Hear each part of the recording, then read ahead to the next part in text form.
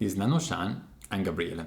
Welcome to the T101 class series. This is just the very first one of, I would say, many T classes that we're going to do every Sunday and that you can also watch later on YouTube whenever you want. Hopefully I will remember to record each one of them.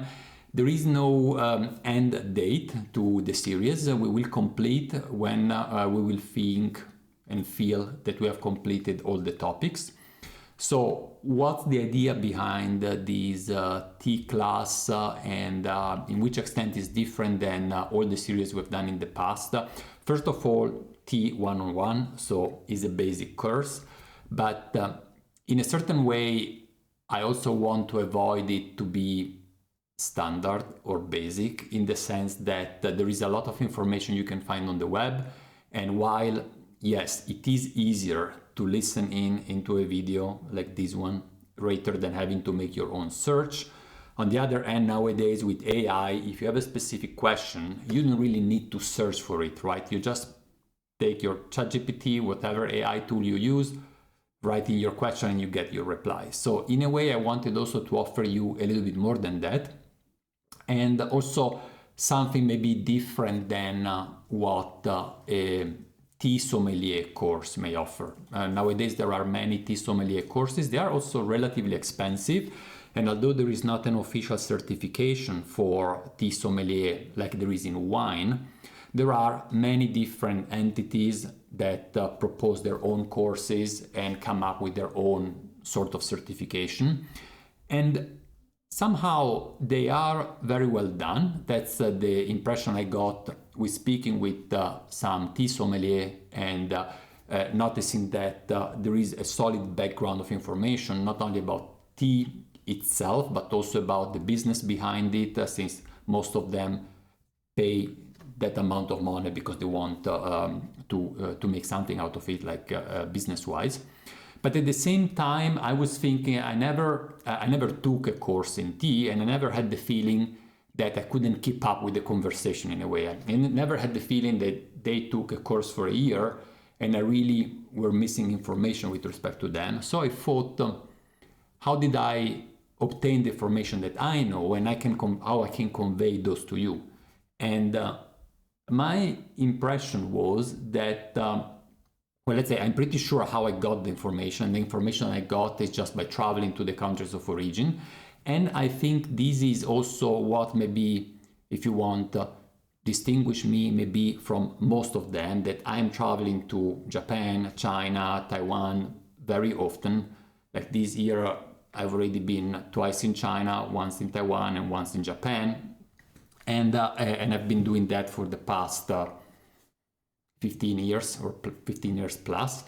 And so I would like somehow to leverage a little bit this experience I have to also set up these classes. So in a way, I will provide some basic information, somehow also stuff that you can easily find online, but I will try also to complement those with my personal experiences, which are those that actually help me in fixing in my head the different concept and terminology about tea. Now, what is the topic? I mean, I say T101, okay, the topic is tea, but the topic really will be focused on the 6 to 7 main tea categories. We will also subdivide those in smaller groups, so we will take our time. This series is slow motion, right? We are not hurrying up. Every Sunday is 1 hour. When the time is over, we quit it and we restart the next week. When I'm not available on a specific Sunday, I will let you know and we just skip that Sunday. Otherwise is every Sunday the same time. Like I will not move the time or the day, I will just skip the day when I'm not available. For those following on YouTube, if you want to follow the class real time on Sunday, where you are also able to make your question and participate to the class, there is a link in the description below. So I said is slow motion, is not very structured, behind the fact that I'm a structured person by default, by genetics, let's say. I'm not really thinking too much what to say on a specific day. I will simply use the teas that we have online in the specific category to help me deciding what I'm saying. And this because, of course, the teas that we have online reflect in a way my experience, since those were sourced by myself. And I will also look maybe in teas belonging to the specific category, like today white tea, that we sourced in the past. I have anyway a complete list of all the teas we ever sourced for nannuoshan. So in a way, we are not speaking about tea business here, and we are not speaking about so much, for example, about tea preparation. Of course, a little bit when we discuss the single teas, and I will prepare the tea myself. But the real focus is, let's put it like this. In 6 months, a year time, we will be completing this series. I would be really happy if everyone that participated to the whole series has a very deep understanding of every single tea category, and could not only tell what is white tea and how it is processed, but really also where are the different places of origin, and also the different terminology and names that comes along with every tea. So kind of develop an expert, if you want, understanding of the specific tea category.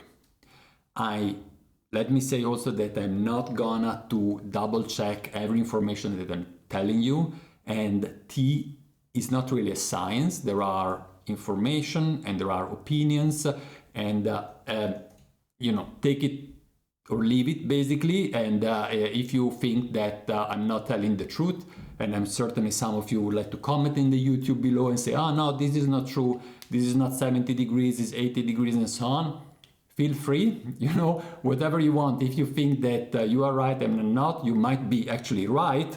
Just go with whatever you know, if you know it better. I'm not pretending, you know, that I know it better than you. I'm just sharing the information I know and that I didn't get mainly from books, but just from experience. And before actually I start brewing the tea and discussing really white tea, let me also say that tea, as said, is not really a science, and particularly so not in China. So when we try to analyze and define very precisely specific aspects of tea, we might end up just being wrong by default, in the sense that in many aspects, even in those that we believe are scientific, there is not always a very clear definition in China. And therefore, if we really do an effort to apply a specific label and definition, for example, in cultivar's name, or for example, in tea processing technique, we might end up actually reducing the, how can I say, the spectrum of the truth, in the sense that what we are now defining is not really the overall truth, but it's like a little slice of it. So in a way, going too much into the details might be counterproductive, in the sense that we might end up thinking that something is done in a specific way and we believe it's totally right. Well, the reality is much more a gray area and not only just black and white. With that, I think that's, yes, was quite a long introduction. We jump into today's topic, and I will explain you also how we are organized. I will, you won't see that now, but I will start actually recording my screen as well, because from time to time I will share the screen also for everyone on the call on Teams and also for those on YouTube, and I will use my browser or other tools just to show a little bit just more than words. And this because while I will try to tell you a lot during the classes, I also would like to give you maybe some names and some ideas, let's say, of what you could search after the class if you want to go deeper into something specific. I'm brewing today Baimudan from last year, is Baimudan 2025. This is Baimudan is one of my favorite white tea, so I thought I will go for that one. I didn't have the specific one at home, so I got it shipped over from our warehouse in Berlin to my place. And of course it's difficult to show it to the camera just because without avoiding that all the leaves fall, but I just mentioned actually that I will share my screen. So let's try this out. Since this is the first tea class, it also means that I have some I'm trying things out for the first time also from the technical perspective. So now on the Teams you should be able to see my screen. And by the way, for those on Teams, if you see a little bit myself cut, like my head or the table, you can go full screen, and this should allow to see a little bit more of the video. Just a tip. So if you see my my screen now, and I switch here to white tea, the Baimudan 2025 is here.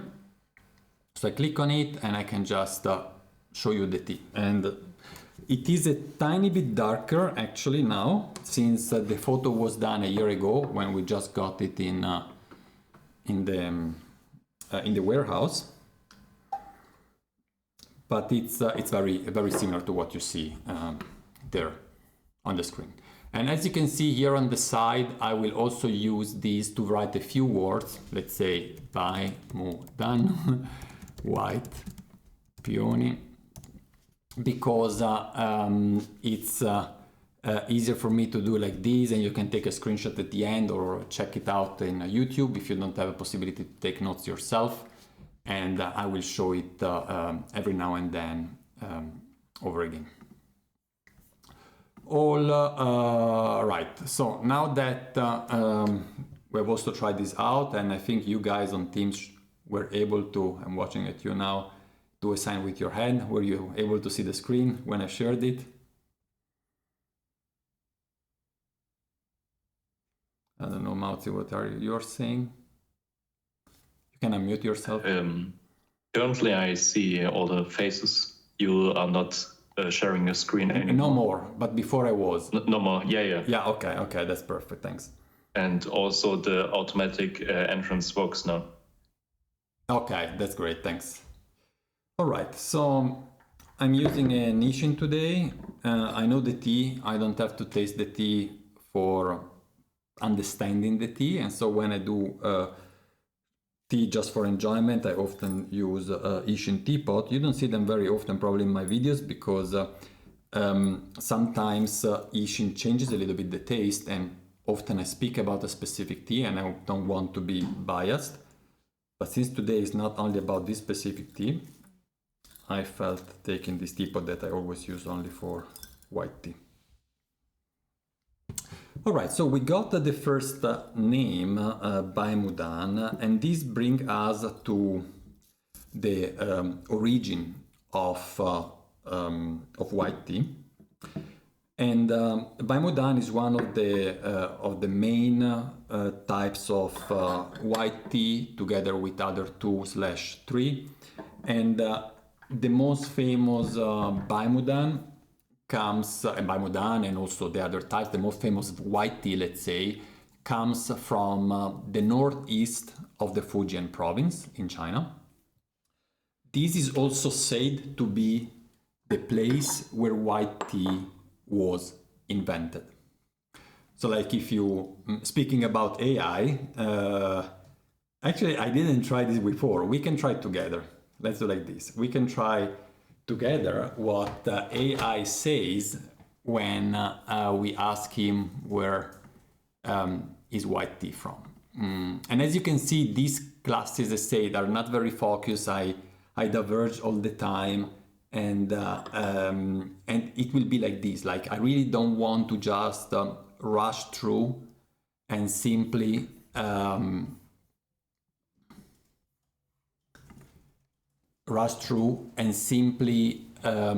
can I say, focus on just few concepts, and then it's easy to remember and also easily forgotten. I prefer that we take our time to go through every tea type, in this case white tea. If it takes 1 hour, takes 2 hours, takes 3 hours, takes 5 hours, whatever it takes, until we feel we have completed, let's say, all I want to tell you about that, or I have to tell you about the specific class, and then we will move on with the next one.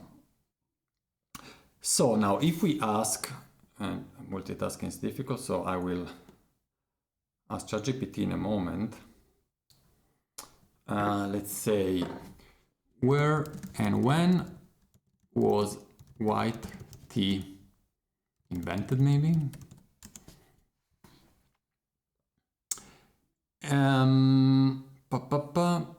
Okay, it's starting complicated. Ancient white tea appears during the Song Dynasty. Okay, so at that time, white tea was not like it is today in an open leaf. This came later on with the Ming Dynasty. In the Song Dynasty, tea was still grounded and whisked, and therefore it was certainly something different than what we have today. And then it says that modern white tea is from in Fujian, that's the place I was referring to, in the late 18th century. All right, now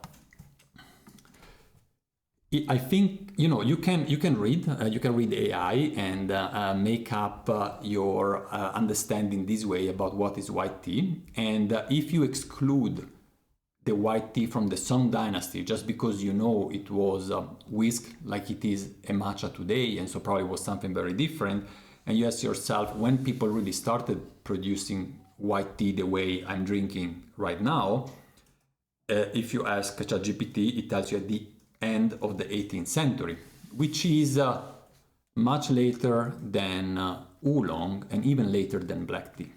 Now, white tea is the simplest tea to produce in terms of processing. It consists pretty much of only 2 steps after you have picked the leaves, and it is withering and drying. Those that participated in last year's tea tour in Yunnan were able to pick leaves in a garden in Guafenjai, in a forest, and then each of us made our own white tea. We even didn't distinguish in that case between withering and drying. We just let the leaves in our little bag for a few days. It was a bag with a few holes, so it was breathing, let's say there was air flowing through. Some of us in the evening in the hotel were spreading the leaves on the table or let's say in the room, just to give a little bit more contact with the air. And after a few days, the leaves were dried and we got our white tea. Everyone, and I would say really everyone, was very skeptical about this method of processing, to the point that some of us questioned with the person that owns the garden and let us producing this tea, that this was not a good method to do white tea, it was not correct, and so on. And at that time, in a way, I was, let's say, laughing a little bit within myself without showing that, because this goes back to what I was saying before. You should, I think, not focus on something very specific just because you have read on the book that white tea is done in a different way, and people were very skeptical and thinking that the taste we will get out of that tea wouldn't be any good. And in reality, I think each of us, including myself actually, was quite surprised with the quality of the tea we got. It's a tea that I have still here at home and I drink from time to time. I remember it took 2 hours to harvest it and I got 68 grams, which also tell us it's a lot of effort. But effort to pick the leaves, not to really produce it. So if we think how easy is white tea to produce, it makes me thinking that it cannot really be born after oolong. The oolong production is way more complex than one of white tea. And at the end, if you pick leaves and you just leave them on a surface to dry, you get white tea. And this is something that must have happened a lot of centuries ago. Someone may have forgotten, maybe, actually I would even argue that this is probably the very first tea was ever made in history. I can imagine that someone just picked those leaves and then forgot them on the table or spread them out on the table to dry like we do sometimes with flour, and then you say, okay, let's do a brew, let's see what we get out of it, and it was tasty. So and you won't find this in any books, but just for understanding and reasoning, I would say white tea must be definitely older than the end of the 18th century, and is, in my view, most likely, is it just statistics or just opinion, but most likely one of the oldest tea form ever made. And probably even in the Song dynasty or in the Tang dynasty, where there was no loose leaf tea at scale, someone was still picking those leaves and not doing the effort of grounding them, just drying them and drinking, and it was white tea. Nonetheless, when it started really spreading out at the end of the 18th century, and it was also a tribute tea, it certainly became famous in fooding, which I said is in the very northeast of Fujian. And maybe going back to our screen sharing here, I find it pretty useful. Let's see. I'll show you a little bit where it is.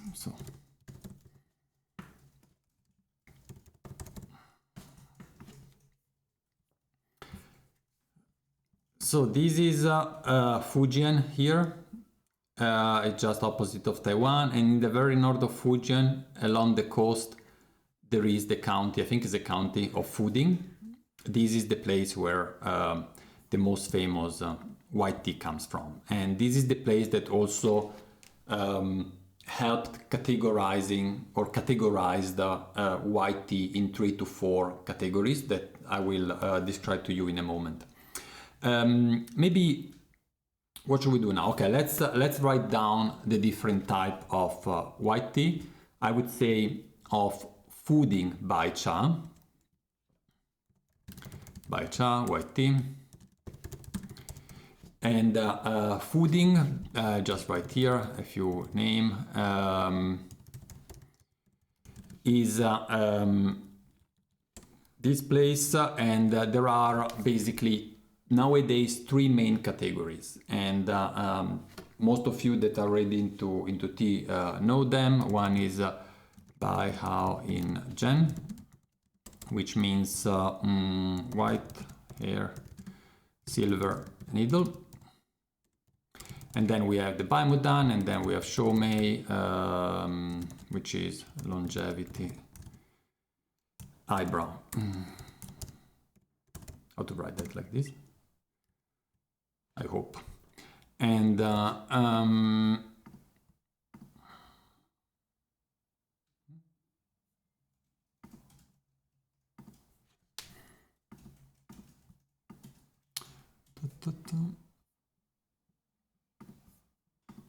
okay, and the 3 main categories of white tea that we can see actually also on the shop. Like if you go under white tea, you see that you have at the very top a few Bai Hao Ingen. We have 2023, 2021.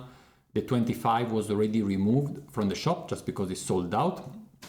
And soon, in about a month, we will get also the 2026.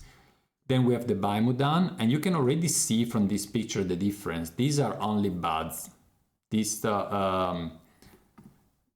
is Bai Mudan. It's silver, little hair. You see the little hair, so white hair, and silver needle because, I mean, whitish silver, and it shapes like a needle because this is only buds. If you go to Bai Mudan, you have that in addition to the buds that are also there. This is the one I'm drinking. You have the buds, quite a few, but also you have some small leaves. So it's buds and leaves, and tends to be relatively small leaves. And if you go to Shou Mei, you have, let's say this one here, you have the leaves only. Sometimes you get also some buds, but it's mainly larger leaves. Now, of course, they are in order to price. That's quite straightforward, right? Because the, how can I say, the farmers give the price based on the effort they do. It's way more effort and way less quantity to harvest only buds than to harvest larger leaves, and so it gets a higher price. Personally, I prefer Baimudan to Baihao Indian. It's like Baihao Indian has a very elegant taste and is also a little bit simple. Not in a negative way, but for my personal taste, it lacks a little bit of body. And Baimudan, for me, is a very good compromise, being also in between Silver Needle and Shoumei in terms of body and aroma. Silver Needle is actually can also be very, very good, but it's like it has sometimes a little bit of florality, a little bit of fruitiness, but it's not very much into your face. It's like if you put, for example, it may reminds you of cranberries, but it's not like you are eating cranberries. It's more when you put a few cranberries in water and then you drink the water out of it. So it's very, very faint, the fruitiness and the florality that you get in white tea. It's not straight into your face. And in the case of Shoumei, it's a more starchy taste. Now, since we are discussing taste for white tea, I think it's important also to discuss how taste evolve, because white tea is also often aged, and if you go to our white tea page here, you see that we tend to report the year next to each tea. And this is something we do also, for example, for shampooer, so for other teas that are actually aged. And you see, for example, for Shoumei, 2025, 24, 27, we'll go back to year 2000. So it can be aged. And there is a say in China related to white tea that says that 1 year old is tea. So it's basically nothing happened, it's still very fresh and it's tea. 3 years old is like medicine, and 7 years old is like a treasure. And this shows the fact that already years ago there was the tendency also in China to age and store white tea. Now, if, and I wasn't sharing, so let me share again. If you look now at still at our website here, and you look, for example, at this Shoumei, you see that this one is a little bit less dark than the 2024. So this is just a difference in specific production. These two teas were made exactly by the same farmer from the same garden. It's just that 1 year, maybe the weather was a bit different, the withering was a bit longer, and it got oxidized a little bit more. But one thing that you can certainly see if you compare, for example, these two Shoumei with this one here, is that this one from year 2000 and nothing green anymore, right? And these two teas, when they are so fresh, like when they were photographed, not only they taste, they look green, they also taste green. It's like, this is something that nowadays is particularly looked after by the farmers to give also some sort of greenish taste at the beginning. And I remember even the first time when I had this very green white tea about 10 years ago, and I ended up at first not buying any from that producer because I thought there is something wrong with him. He's just not oxidizing them long enough, and it was like a little bit sour and unripe taste. But then later on, I learned how to appreciate that, and I discovered that was not him. It was just a general trend, let's say, in the white tea production. The specific greenish taste is something that you get only the first 6 months to 1 year. Already after 1 year is largely gone. So if you want to experience that, you really have to get very fresh white tea, and is only specific to this area. If you get a white tea from another area, then it wouldn't be necessarily that green. I mean, let me see what we can discuss more. I'll maybe what I do is, since I mentioned that, I will check some photos. First of all, I have to find them.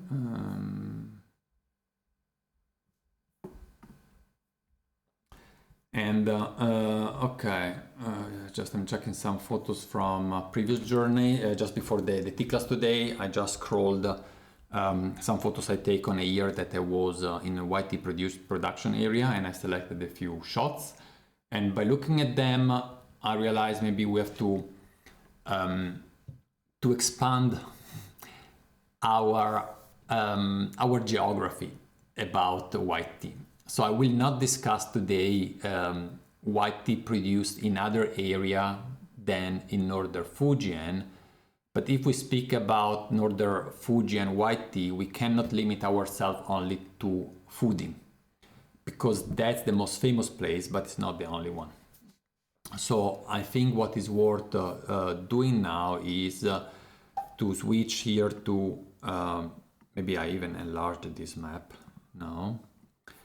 And we mentioned here you have Fuding, but basically in the whole north end of Fujian, and by the way, this is here, I'm just crossing with my mouse, is the border here and here between Fujian and Zhejiang province in the north. So we are really at the border, and all this area that I'm circling with my mouse is white tea production. And we are Fuding, and it extends all the way to Zhenghe, which is here,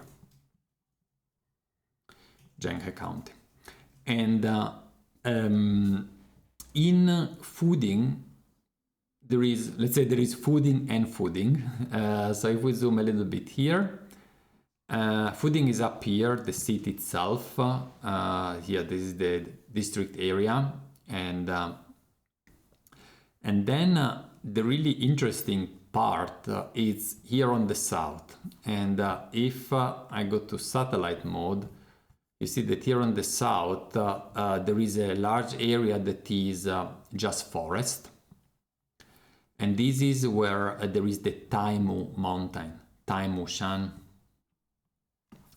Let's write this down. This is said to be the birthplace of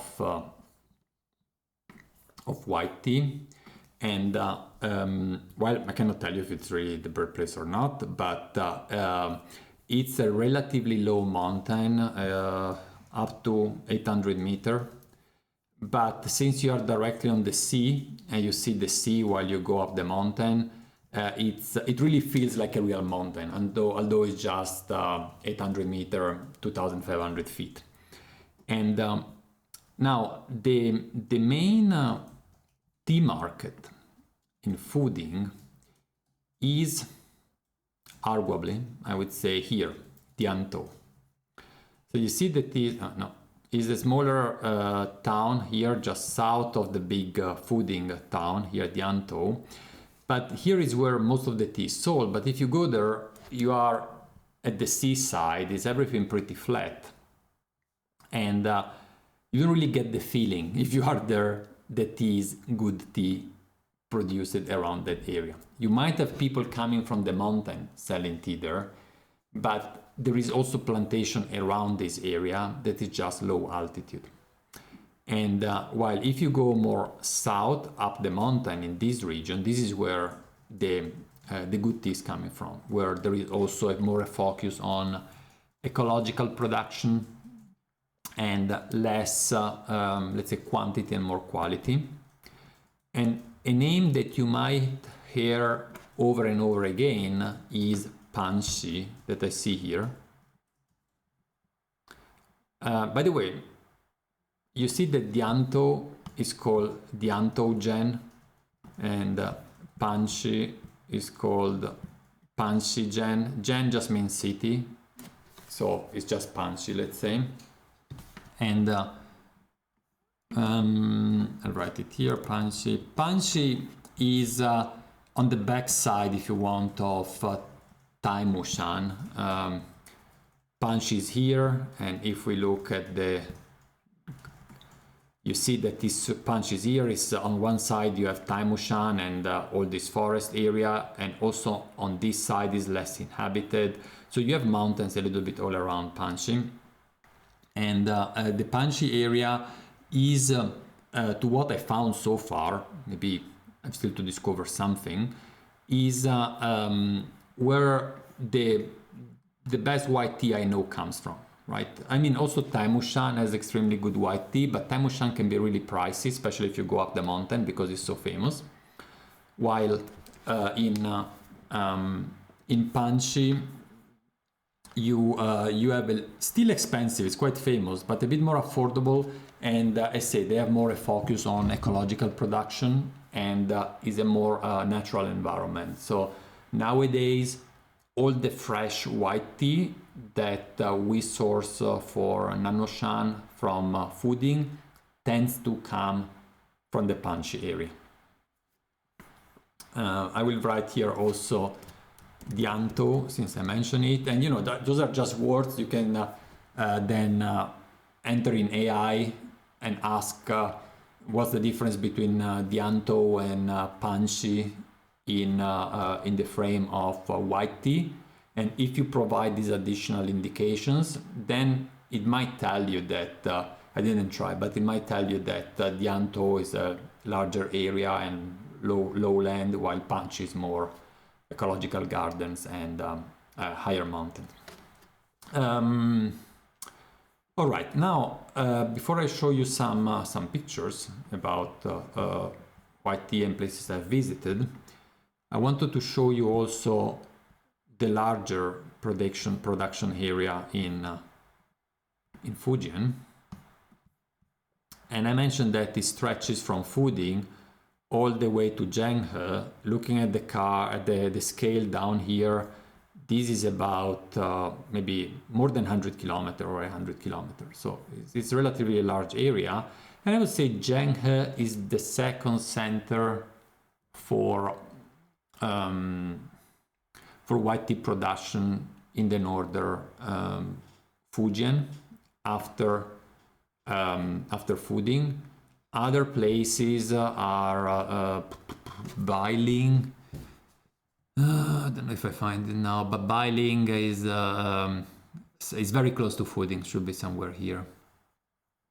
And there is more. I mean, Shonin. This is also resonates to me. But yeah, I would say Zhenghe is definitely worth remembering. Zhenghe. And all right, now let's look at some photos. Now I have to find out how I want to show you them. I will show you now some pictures I took in Zhenghe. Sorry, I'm trying this real time, so okay, it's not too bad. Work it out quite neatly.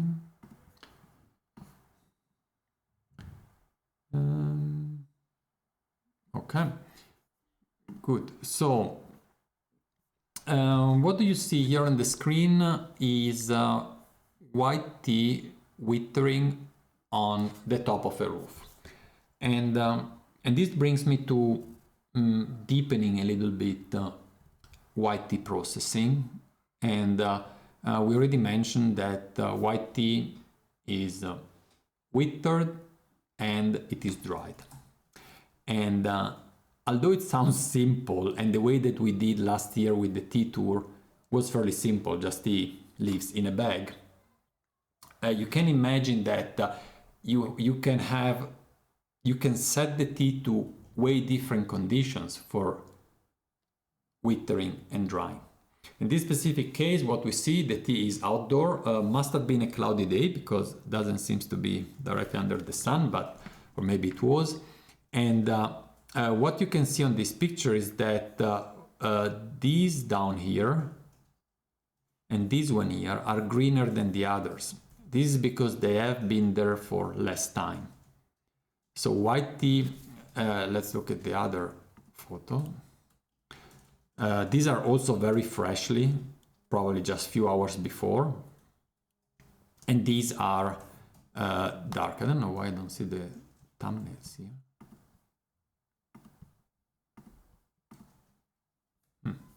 Okay, whatever. And then the leaves get darker and darker. And I mean, this was 2015.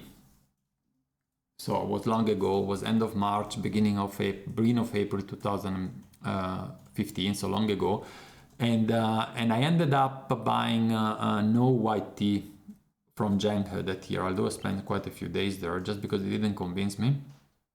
Here you see what could be, some people would argue, a Baimudan picking. More properly, this would be a shomei. The leaves are fairly large, actually. And you see also already quite some level of oxidation on the leaves.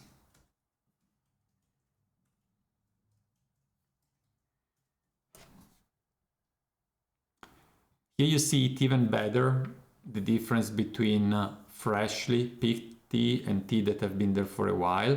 So how long should you do the withering?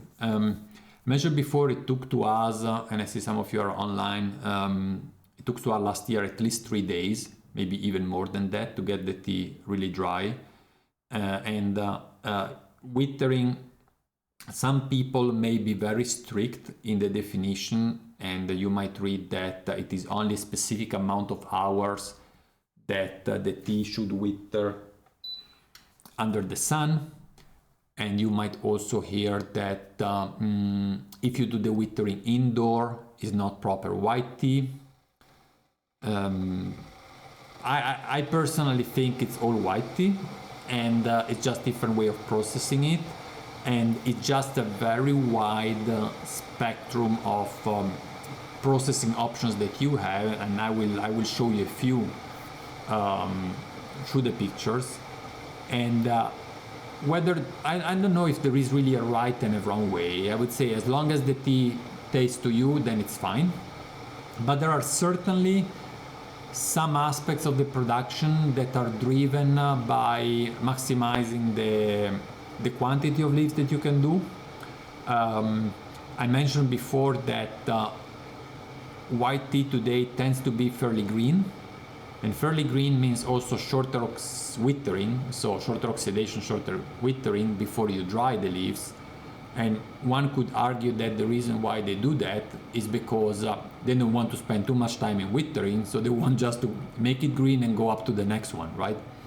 Otherwise, you have the whole, like here, you have the whole roof of the house full of leaves that are withering, and it takes forever until you can have the second batch. So maybe that would be a reason for it. Yeah, a few more, it seems cloudy actually, a few more pictures that to get you feeling.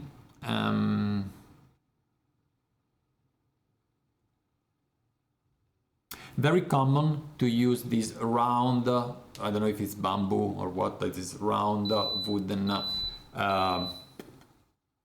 trays for withering, also because you see they use these racks that we will see also later on in other tea classes used for other tea production. It's not only in white tea, but are very common. And this is an easy way to put the leaves one on top of each other, and then on the rack with wheels, you bring them in, or you maybe start raining and you have to remove them. Instead of taking one by one in, you put them on the rack and then you slide them indoor.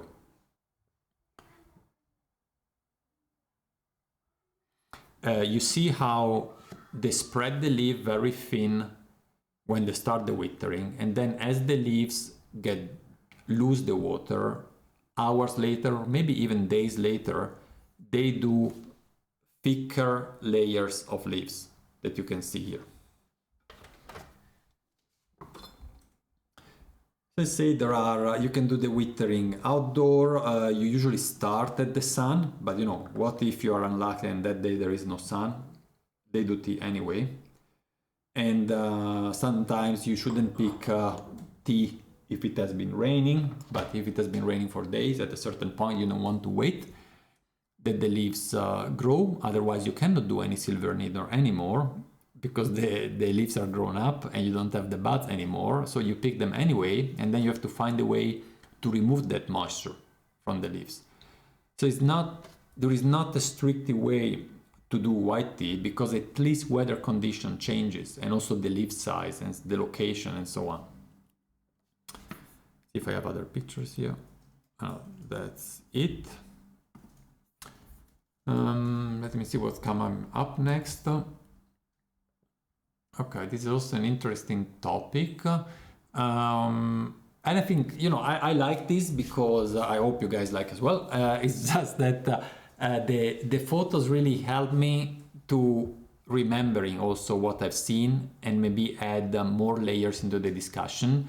And this is something that maybe is a little bit more difficult to find on AI, right? I mean, either you really come up with that specific question and you ask, is white tea piled up in thicker layers as the withering goes on? And maybe you get the right reply, but if you don't ask the specific question, it might be a little bit difficult to get the precise information. And so by looking at the picture, and this is the way really that I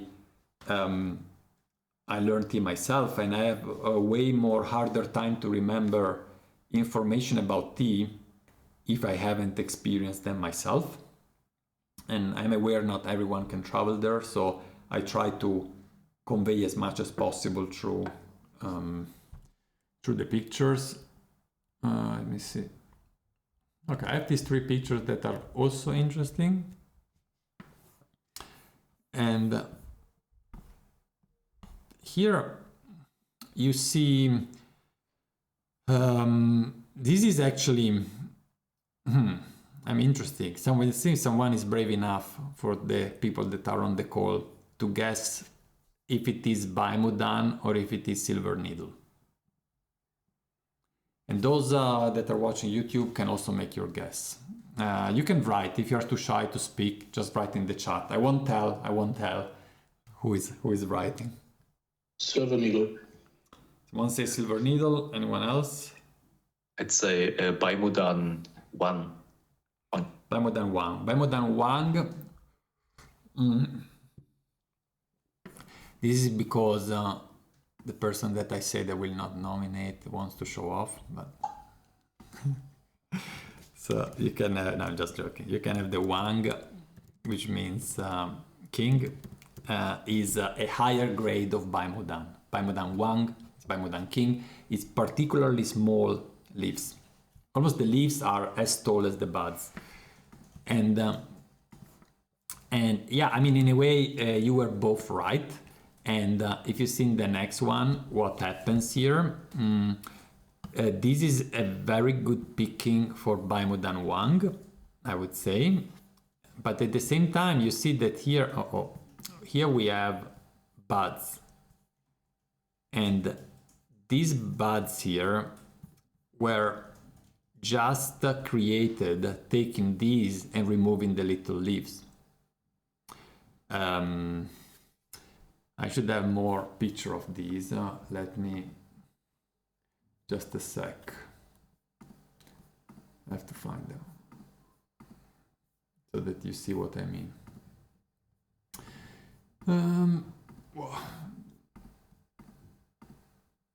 Sorry, it's taking a while. Too many photos. Too many photos, and nowadays I'm not taking so many photos because usually I'm taking videos now, but at that time it was mainly photos. Ah, here we go. Honestly, I don't remember if I was here still in Zhenghe. I would say no. This is probably what I'm showing to you is probably fooding. And very nice house. Actually, I really like this picture, so I put it there, although there is no tea content. These guys, what are they doing? They are sorting leaves. Not that I actually see this picture, I might have shown in some previous tea classes. And look at this. You have arguably InGen silver needle and large leaves, and those needles comes out of these big collection of larger leaves, because of course the plant sprout an InGen, a needle, then that open, inside come the second needle, and that's just go on for maybe a couple of weeks, and then in spring there are no more new fresh sprouts, and only the leaves continue growing. And yeah, you see here what they are doing out of it. So now this is not considered no, what I wanted to do, this is not considered proper silver needle. Okay, so silver needle, to be really truly silver needle, and people may argue that the only silver needle you could call as such is really the very first shoot, the very sphere or shot, I don't know how to say that, but the very first bud. It's not the second and the third. It's the first one where inside there are also other of it. And also why? Because this is the first leaves that comes out after the winter. So the plant have collected all those nutrients and bring them out at higher density, maybe in those first buds. If you wait later on, you have other buds, but are not as pristine as those very first ones. So leave it or take it. I mean, that's at least something that is worth mentioning, I think, and show it to you. As you are approaching the last minutes of today's tea class, and I'm noticing that I might drink this tea again next week, because we are by far not done with fooding by tea, or just, let's say, Fujian white tea. I would say that is worth mentioning another tea that I will write here, Gongmei, which means, I think it's tribute eyebrow. Sorry, I didn't check this before, I just go by memory, and I don't speak Chinese. I mean, not to the level that I would know what does mean gong. So you want to double check that one. But let's say Gongmei is another category. And I don't want to start speaking too long about what is Gongmei. First of all, because nowadays it's not really relevant, and also there are a lot of information. So I would advise you to do a search if you're interested. I just give you a few aspects to search for. First of all, there is the difference between what Gongmei was years ago, like 20 years ago and earlier, and what does it mean today. There has been a change over time. I would say that nowadays there is nearly no difference, if any, between these two. And in most cases, Shoumei, they call it just Shoumei, and when they call it Gongmei, the main reason might be today just for marketing, you know, just to call it a little bit differently to sell it, and no more so much because it is a distinct tea. There was a time where the distinction was about also the quality, the grade of the tea, maybe picked earlier, picked later, the other one. And nowadays is a little bit more difficult, maybe intentionally so. You can also search, there are standards in China where the difference between these two are specified, and if you go to AI you will be able to find that. But I said, I think I've spoken enough about these two. What is worth remembering is that nowadays there is almost no distinction between the two, and that's the main actually the important aspect to remember. And All the rest, pretty much everyone can argue what they want, because there was certainly a point in time where they were right. Let's put it this way.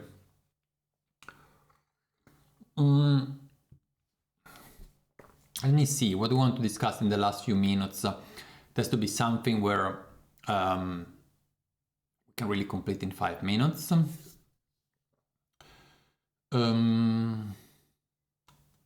So I will leave it for next time, and I hope I remember this. Let me do it like this. Next time, deepen production technique.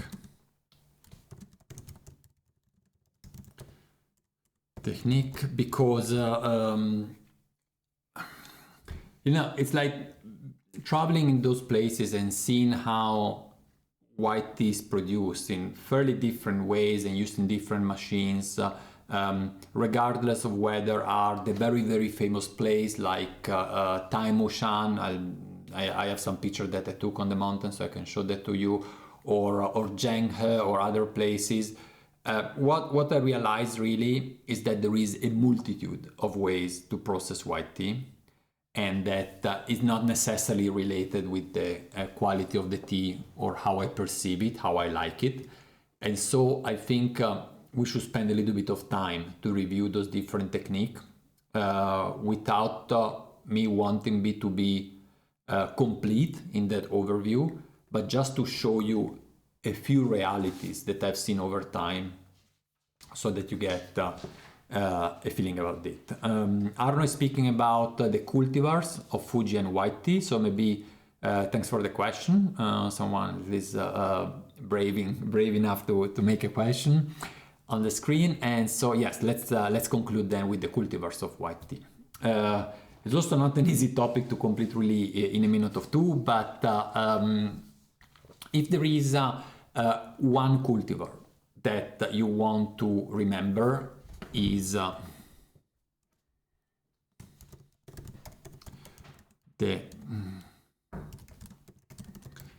Da Bai, I will write like this, Da Bai Cha. So I add Cha because I think in the official name the word Cha is in there, but usually people say just Da Bai, which means large, or if you want big, white tea. And this is the most famous cultivar, and the word Da is already indicating that the leaves are not that little, and you've seen those buds, they're pretty long. So Da Bai is a cultivar that I think officially belongs to the Shaoyezhong, the small leaf variety, but is not the smallest one, let's put it this way. Now, Da Bai, you can add the fooding on top, in front, to designate the specific Da Bai cultivar from fooding. And other places in the north here have a slightly different type of cultivar. So if you go in fooding, you have the fooding Da Bai. If you go, I don't see it. We saw it before, Zhenghe. You have the Zhenghe Da Bai. And I know at least one more, which is Fuan. Fuan is a larger city somewhere here in the middle. That of course now, maybe this? No. This?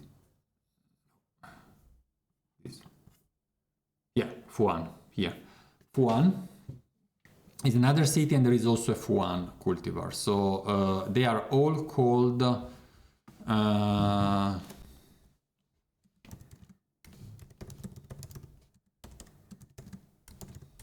just to mention 3, might be more than that.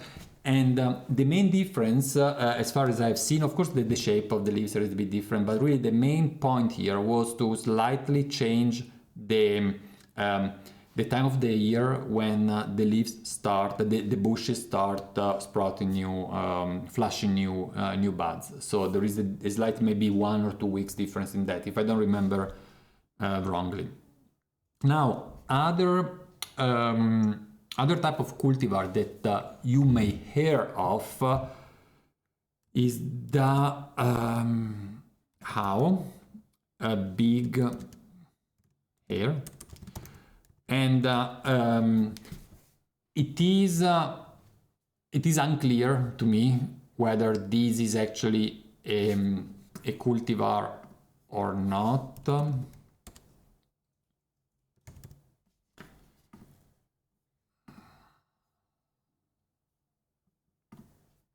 I'll tell you in a moment what I'm looking now. Okay.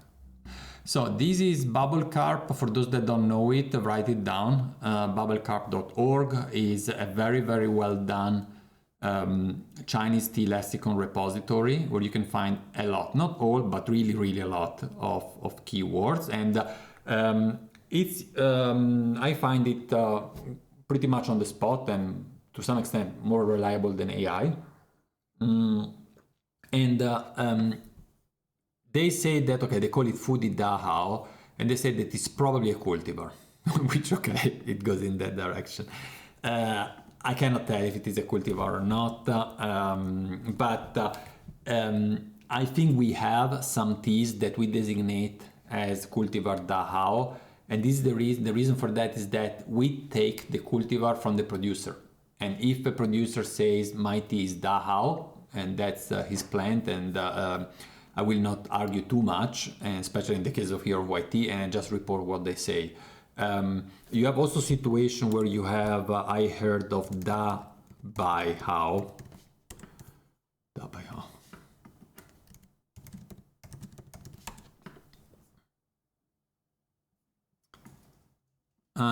Here they don't refer it to a cultivar, but I'm 100% sure that I heard this Da Bai Hao also in relation to a cultivar. Maybe it's another way of calling Da Bai, maybe it's another different cultivar. I just put it like this, and if you want, you can do a search yourself. Other than that, I would say that's pretty much all. This is the main thing that you have to remember. You can also consider that sometimes, but a bit more rarely, white tea is also done with what is officially known as Chun Ti Zhong. Don't ask me for the translation, I don't know, but you can always search it here. Chun Ti Zhong, and you get it. You get the pronunciation, rising, rising and falling, rising and falling. Literally community variety. Okay, I knew that this Zhong is variety, but I didn't know that Chunti means community. This is pretty much, let's see what they write. This means a variety representing historically occurring local sexually reproduced population. So it's not a cultivar, it's just the local variety that people have been used for long, and it's just local from there, and it's not a tea, a bush that they go and buy because it is registered as a certain cultivar. Sometimes you find these, didn't work, also called Tsai Cha, which means something like, I think Tsai is more like vegetables and tea is tea. And it's pretty much the same thing, it's just the informal designation. Tsai Cha, pluck or gather tea, is exactly the same stuff as Chuntijong. And these, by the way, have nothing to do with fooding, right?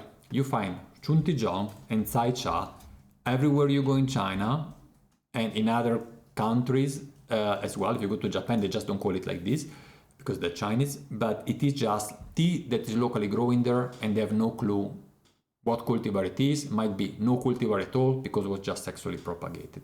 So there is also some white tea that is done out of this cultivar, and I think this is really covers all I've seen in fooding. Thinking, but I think that's it. Okay, and then a small hint before closing it for today. Chuntijong, the difference between Chuntijong and Dabai Cha is also part of the modern distinction between Gongmei and Shoumei. But I leave it to you, because then when you start looking into it, you realize that that difference is nearly non-existing. At the first glance, it seems there is a difference in cultivar, but in reality, it's not. Okay, So I would say we stop it with this for today. Next week it should be possible for me to do the T class. I anticipate already that the week after will not be the case. So we will continue next week with more discussion about these topics. I would say deepen production. We have to speak about aged tea for sure, and we have to speak about pressed tea for sure. And this is all fooding before we move to other type of white tea, which might be the case next week. Okay, thanks a lot for watching, and for those that are on YouTube, I will see you next week.